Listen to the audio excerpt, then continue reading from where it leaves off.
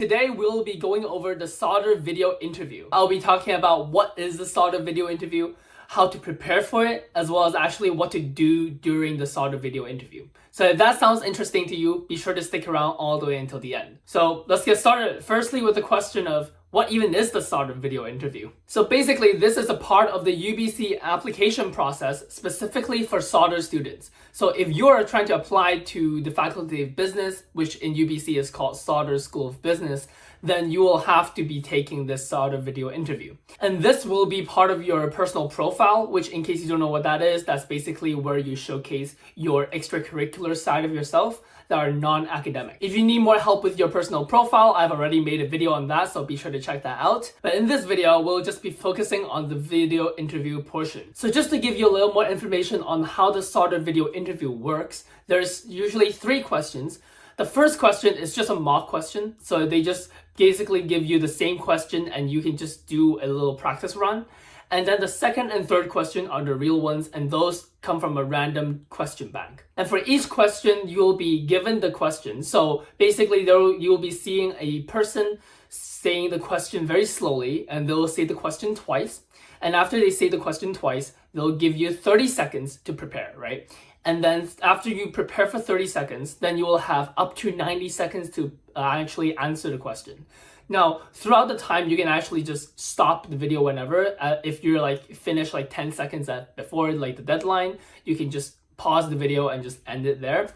And if you run out of time, it'll just automatically end at 90 seconds. So in general, I would say because you have 90 seconds to answer, I would definitely say you should be answering at least 70, 80 seconds of that. If you're a lot lower than that, then your answer might not be good enough. So just keep that in mind. And I do understand this is very nerve-wracking and quite challenging, honestly, for a regular student to try to do if you don't have that much presentation experiences or interview experiences. And so next I'm going to actually talk about how I prepared for the video interview and how I would honestly recommend you to prepare for the video interview. Now, the first thing about doing interviews, and this is true for the video interview as well as honestly job interviews for the future, but it's really all about selling yourself and selling your experiences, right? And so the first thing you actually got to do is list out all of your experiences and what stories you can tell from these experiences. And remember, the video interview is part of the personal profile. And in case you haven't done much research on the personal profile, UBC personal profiles are marked on 4 criteria, right? The first is engagement and accomplishment. The second is leadership. The third is substance, and the fourth is voice. So these are the 4 criteria that UBC care about and evaluate you by when you are actually doing the personal profile. And to a very similar degree is also what your UBC video interview is going to be marked by. And so you definitely want to keep these ideas in mind when you're trying to prepare your answers for the video interview. The first step of actually preparing for these interviews is simply by listing out all of your extracurricular experiences, and honestly, just in general, get a lot of stories that you can potentially talk about. You should be preparing a bunch of stories that could be, translated into different situational questions so that you can actually, when you see the question, it's not like you need to think of a new story. Instead, you're supposed to just take one of your stories from your story bank essentially and just take it out and just think about how to turn that story into fitting that question. And after you have prepared all of your stories, the next step is actually trying to practice turning these stories into good responses, right? And to do this, you really just gotta get a prompt and then try to turn your stories into answering that prompt. And so the way to do this is pretty simple. Just literally go on Google and find some question banks. Personally, I would recommend you using the Youthfully ones. So I'll try to link it in the description if I remember. But if I forgot, just go onto Google and just search up Youthfully and then Youthfully Sauder Video Interview, and there should be a very solid question bank there. So definitely try to use that question bank to actually prepare for your responses. And when you're doing these practices, I have 2 tips for you. The first one is actually take it seriously, right? Do it as if you're actually doing the actual interview. And what I mean by this is basically look at the question and actually time yourself and give yourself 30 seconds to prepare. And then after 30 seconds, no matter how uncomfortable you feel or how unready you feel you gotta answer, right? You gotta answer and try your best to answer for 90 seconds, right? And sometimes it is definitely true that you can't say as long as you want to, but that is kind of part of the practice process, right? You definitely won't be able to say like your responses perfectly on the first run. And personally, I think I did like more than 10 of these. And so, like take your time, like hopefully when you're watching this video, the deadline isn't that close. So after you do a few of these trial runs, take a break, go have lunch, dinner, like hang out with some friends or whatever. And then afterwards come back again, hopefully with like fresh mind, fresh eyes, and do this again, right? Just do this, like I would say at least 5 times. I personally did this more than, again, like I said, I did this more than 10 times. So definitely don't worry if your first trial run isn't going spectacularly. Just keep doing the practice until you feel confident about it. And also my second tip for the video interview preparation process is actually, when you're doing the preparation, actually record yourself. So usually people do their video interviews on their laptops. And so when you're doing your preparations, you should definitely also sit in front of your laptop and actually just do the practices in front of the camera, right?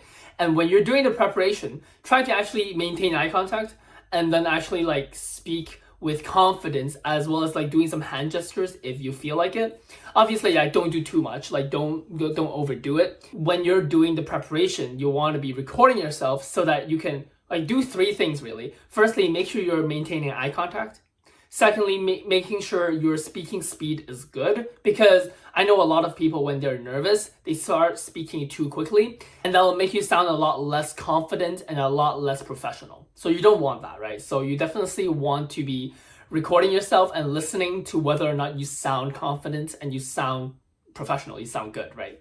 And lastly, you want to make sure you're doing some hand gestures. I personally think that a good amount of hand gestures does help convey your ideas a little better. You don't want to be just like sitting here and very like static the entire time. That just, you look very nervous. So you want to be like relaxed enough to actually do some hand gestures and look relaxed, look confident, but obviously don't overdo it. Like I don't know how you would overdo it. Usually when people are nervous, they underdo it. So just like make sure to record yourself and actually review the footage so that you know what to improve on, what to do more of, what to do less of. And finally, let's actually talk about what to do during the Sauder video interview. So the first thing that I would actually recommend, now this is actually not mandatory. Now I know a lot of my friends didn't actually do this, but I think doing this does help you, and that is dressing semi-professionally. You don't need to like dress up with a whole suit or something like that. That might be going a bit too far. At least like dress pretty professionally. So like maybe like with a white dress shirt so that you look decently professional.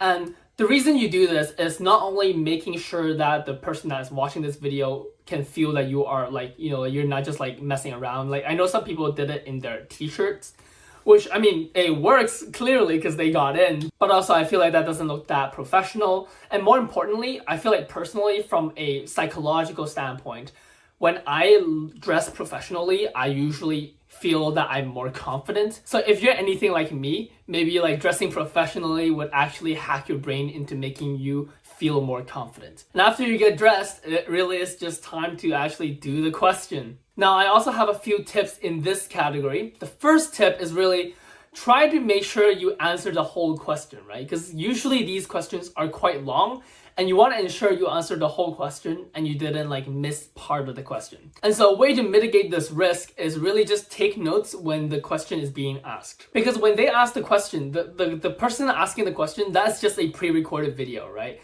And so they won't see what you're doing for that like 40-second period or so. So like the first 10 seconds is them saying the question, and then afterwards it's the 30-second period where you get to prepare. And for those time, they actually don't see what you're doing, right? So what I did was basically I had like a pen and paper. I basically like dropped down like the key points of the question, and then when in the 30 seconds, I could like look at those key points and actually think, okay, this I can talk about that experience, and I can like talk about what I felt, what I did in these experiences.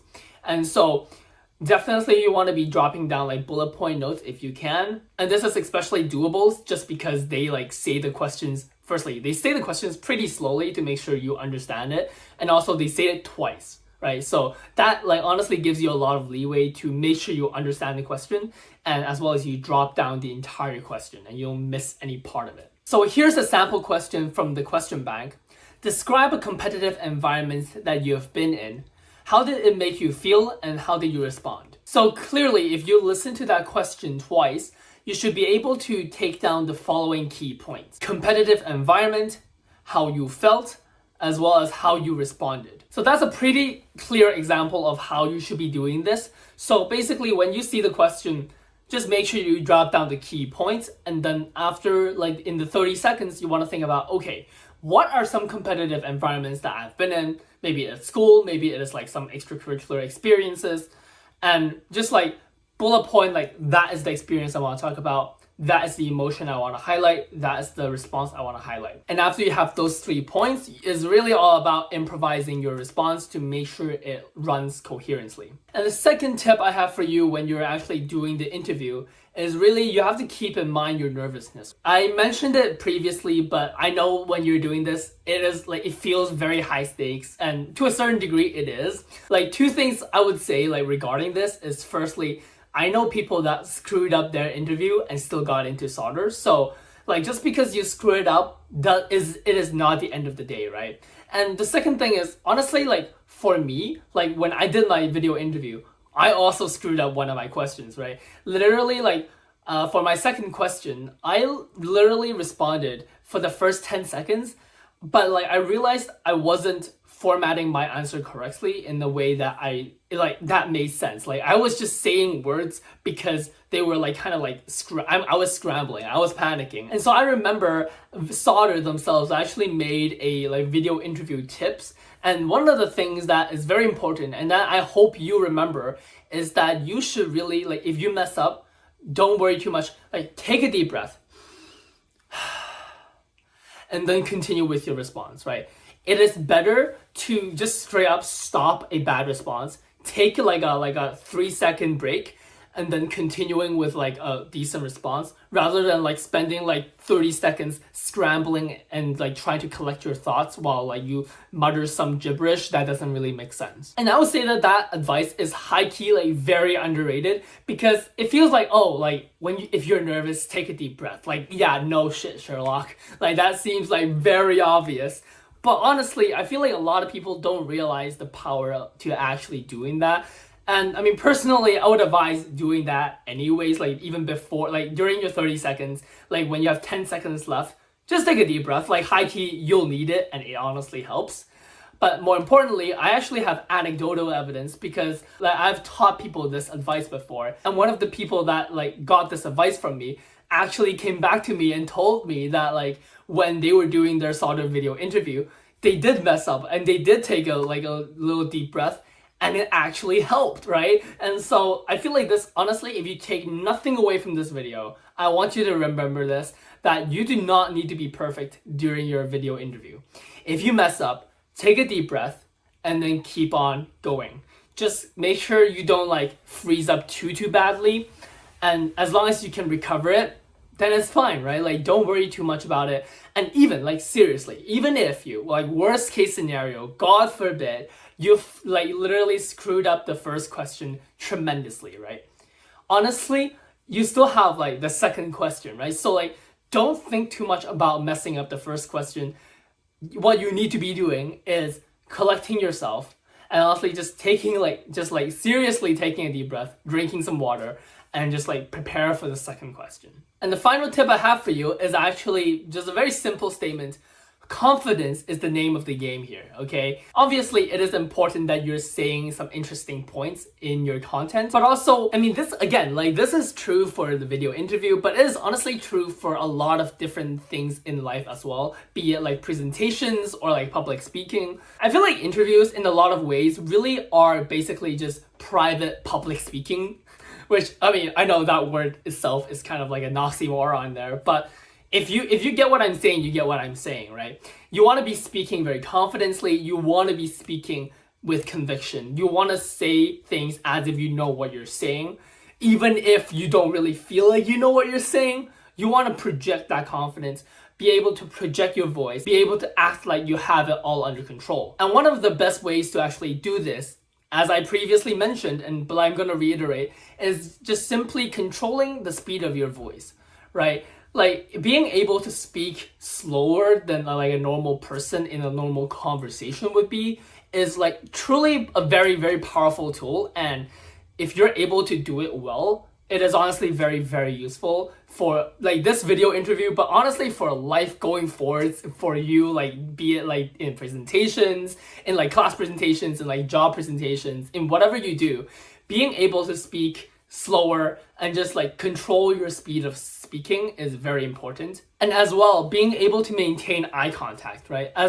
This is why I said like when you're preparing, you really should be filming yourself doing it, because you can do these two things. You can review whether or not your speed is good, as well as review whether or not you can maintain eye contact. So these two things are very important, because, and some personal anecdotes here where I was actually the interviewer for some interviews for like club experiences, I can tell you firsthand that I definitely preferred the interviewees that were able to speak confidently and maintain eye contact over some other people. Like literally, I remember one of the candidates were literally just like looking all around the room and just like looking like to the side. Like I feel like he is looking at notes at that point. And like honestly, even if you have your notes like somewhere down here, like honestly, if you're watching this video, I hope you can tell like I'm not looking at the camera right now. I'm looking at like slightly lower than the camera. And you can tell that, right? And so it is very important to actually just don't do notes, okay? Like I said, like write notes, but like that is mainly for you to collect your thoughts. But when you are actually doing the interview, just maintain eye contact, right? Like just do it and just maintain eye contact and just look confident, act confident, and just say your speech. And honestly, it will be fine. Don't worry too much about it. And if you don't reach that 90-second mark, that is fine. It is fine. It is better than you having to like keep looking down at your notes, or like looking unconfident, or like having to stutter because you're trying to think of more things to say, but you can't say more things. In general, I would say if you pass that like 75-second mark, you should be good to like stop the recording if you don't have anything else you want to say. Now, obviously, if you do, then like go say it. But you know, like you don't need to like artificially like make it longer if you don't have anything else left to say. But definitely when you're preparing for the video interview, you definitely should be aiming as close as possible to that 90-second mark, so that you're able to have like stories that you can like stretch that long for, right? But obviously, preparation is preparation. By the time you actually get to the actual interview, your nerves will get the better of you and you will be speaking faster. And honestly, I think like it is very important to just don't be that harsh on yourself. If you mess up, that's fine. Take a deep breath and just keep going. Try to control your speed. Just try your best and, you know, you'll be okay. But that's basically all my tips for the Sauder video interview. If you need more tips about the UBC application process or just the UBC personal profile, here's some videos for you. So, you know, be sure to check those ones out. I will be very appreciative. Thank you for watching all the way until the very end, and I'll see you over there.